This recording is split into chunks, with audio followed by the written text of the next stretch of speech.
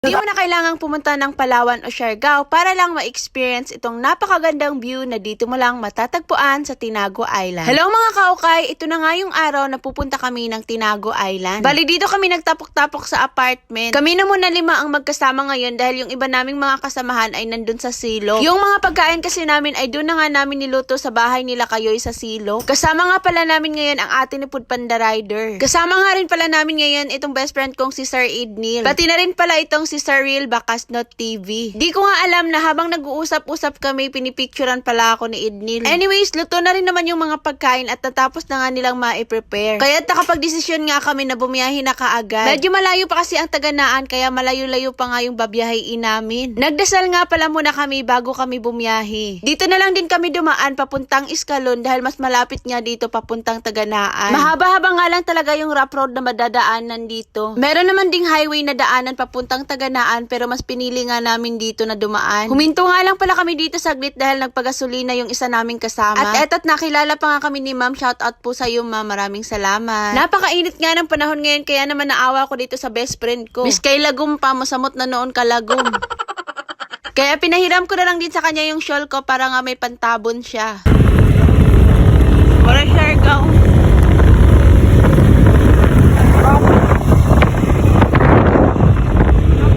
Nandito na nga pala kami ngayon sa lugar kung saan hindi ko alam. Di ko nga alam dahil medyo mataas nga yung binyahe namin pero okay lang din naman kasi mas malapit nga daw to kaysa dun sa highway. Ang ganda lang din talaga ng view ng nandadaanan namin. Anyways, finally, nandito na nga kami ngayon sa Taganaan. Naghahanap na nga kami ng pump boat na masasakyan namin papuntang Tinago Island. Kaso nga lang talaga ang malas namin nung pagpunta namin dito dahil walang driver daw. Nung time na to ay excited na nga kaming makapunta sa island. Nagjo-joke-joke pa nga kami na languyin na lang namin papunta dun.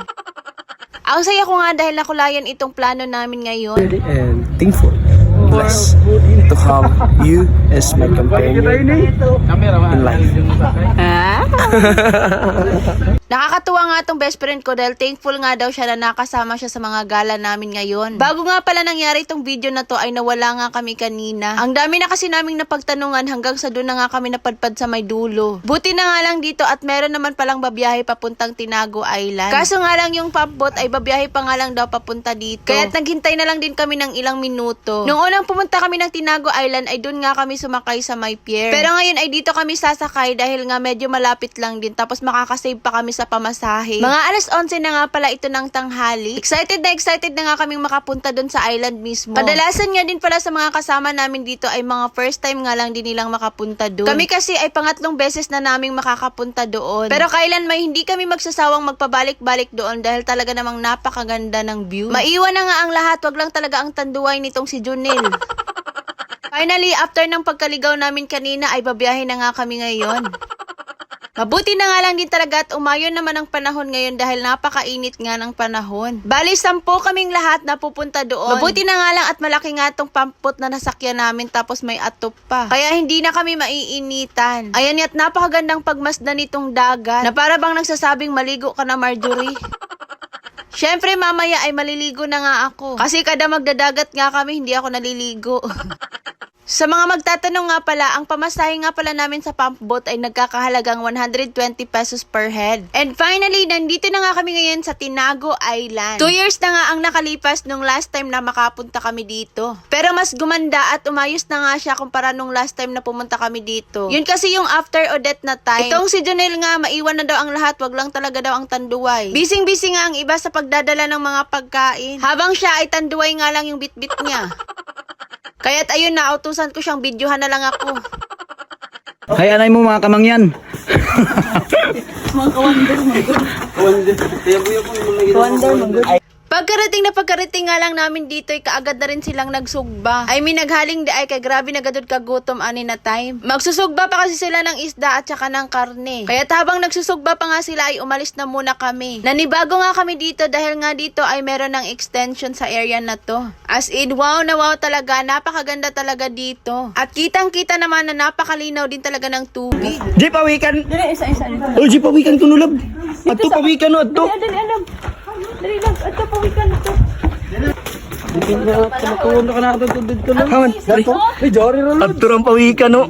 Yay! Dali, dadun. Kagana lagi ni diri na lugar. Ano dagat? Pawikan. Wala, oo, no? Kapilang hawik. Sobrang na-amaze nga kami dahil timing talaga ng pagpunta namin dito at meron ngang pawikan. Magpapapicture nga sana ako dito sa may pawikan kaso itong si Ednil kasamuksab. Grabe, sobrang ganda talaga dito. Kahit nga sa malayo ay kitang-kita nga namin yung mga isdang lumalangoy. Di nga lang talaga masyadong kita dito sa video. Dito nga banda ay napakaganda ng pwesto at may cottage din. Kaya naman napagdesisyonan namin bumalik dun sa una naming pinwestuhan. Tapos hahakutin nga lang namin yung mga gamit namin doon. Kaso nga lang nasimulan na nilang magsugba kaya dun na lang din sila nagpatuloy pa. Pero yung ibang mga gamit at saka mga pagkain namin ay dinala na nga namin dito. Habang hindi pa nga sila nakakaluto ay sinulit na rin namin yung time para makapagpa-picture. Syempre hindi namin palalampasin itong pagkakataon na to. Hindi talaga nakakasawa at napakaganda talaga dito sa Tinago Island. Ito nga yung lugar na tahimik lang at malayo talaga sa kabihasnan. Na kung saan makakapag-isip ka at talaga namang makakapag-relax din. Kapag nandito ka nga ay makakalimutan mo talaga yung mga utang mo. Ang swerte nga lang din namin dahil umayon nga yung panahon sa amin ngayon. Kaya sobrang thank you Lord at ipinagkaloob mo sa amin tong araw na to. For the supportive nga na kuya si Food Panda Rider ay este bunsong kapatid pala. Hindi pa nga talaga ako nakontento sa mga videos ko kanina. Kaya nagpaulit na naman ako magpa-video kay Food Panda Rider at magpa-picture. Syempre dahil minsan nga lang itong mangyari kaya naman for the go talaga. Feel na feel ko nga ang nature dyan. Na para bang nasa Palawan o kaya Siargao ako ng mga time na to. At syempre nagpa-picture na rin kaming dalawa ni Food Panda Rider. Boyfriend's Day nga pala ngayon kaya happy Boyfriend Day. Pasintabi na lang sa mga walang jowa dyan. Minsan lang din naman to kaya pagbigyan nyo na kami. Pero actually, kinakabahan nga ako baka kasi itulak ako ni Food Panda Rider. Eto na nga pala lahat ng mga pagkain namin. Meron nga kaming sinugba, kinilaw, saging, lumpia, pizza na galing kay Sir Ednil, Adidas, afritada, pansit. Bukod nga sa sinugbang isda ay meron din kaming sinugbang karne. Nakasalukuyang hinihiwa ngayon ni Buknol.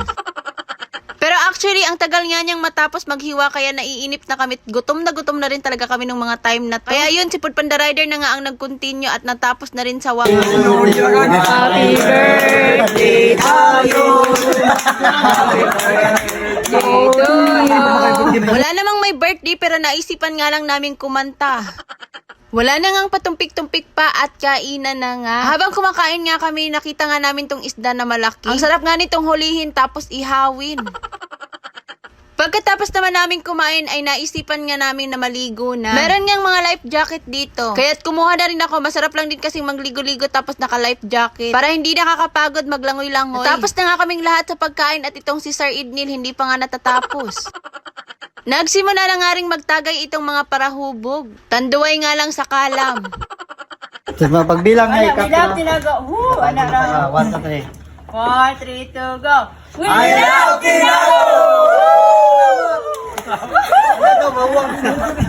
Hindi pa nga kami nakontento doon dahil against the light. Kaya naman take 2. 3, 2, go. We love Tinago!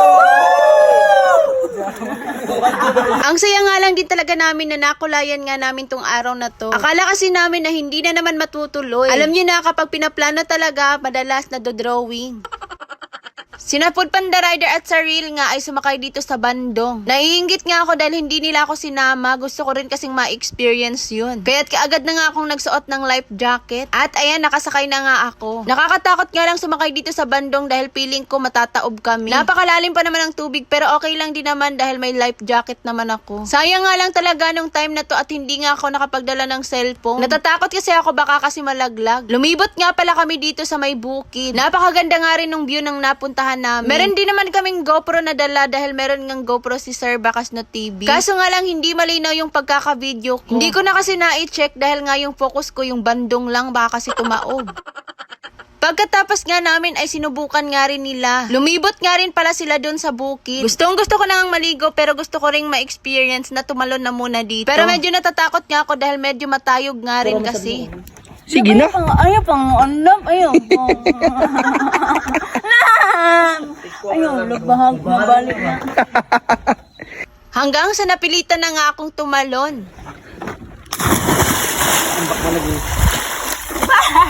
Wayo. Balik ra. Go.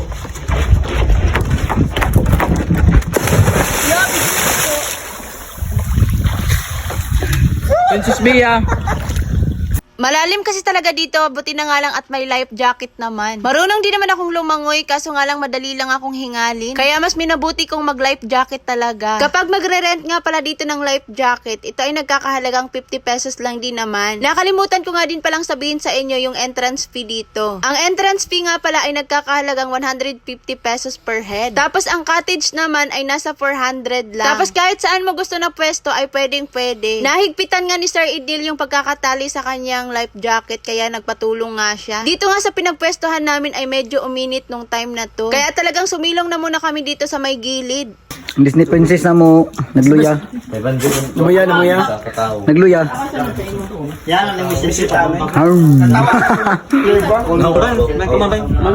Turay. Diba?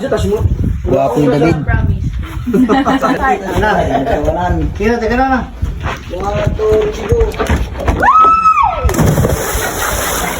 Si Raulo nagkami.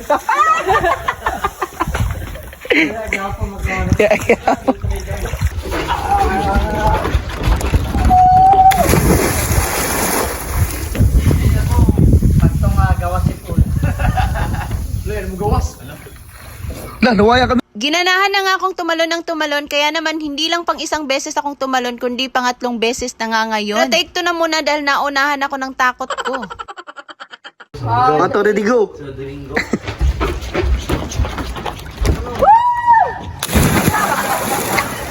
Pwede na tayo.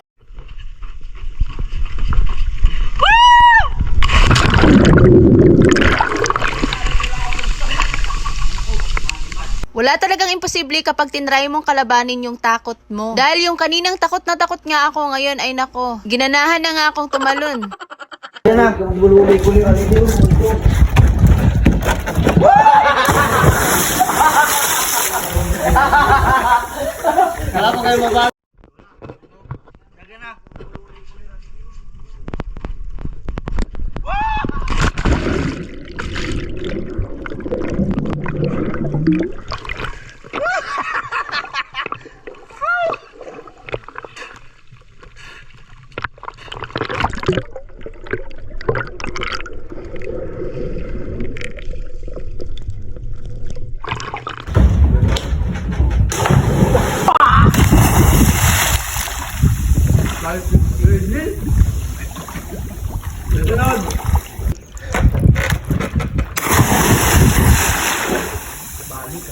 Ito mga kaukay.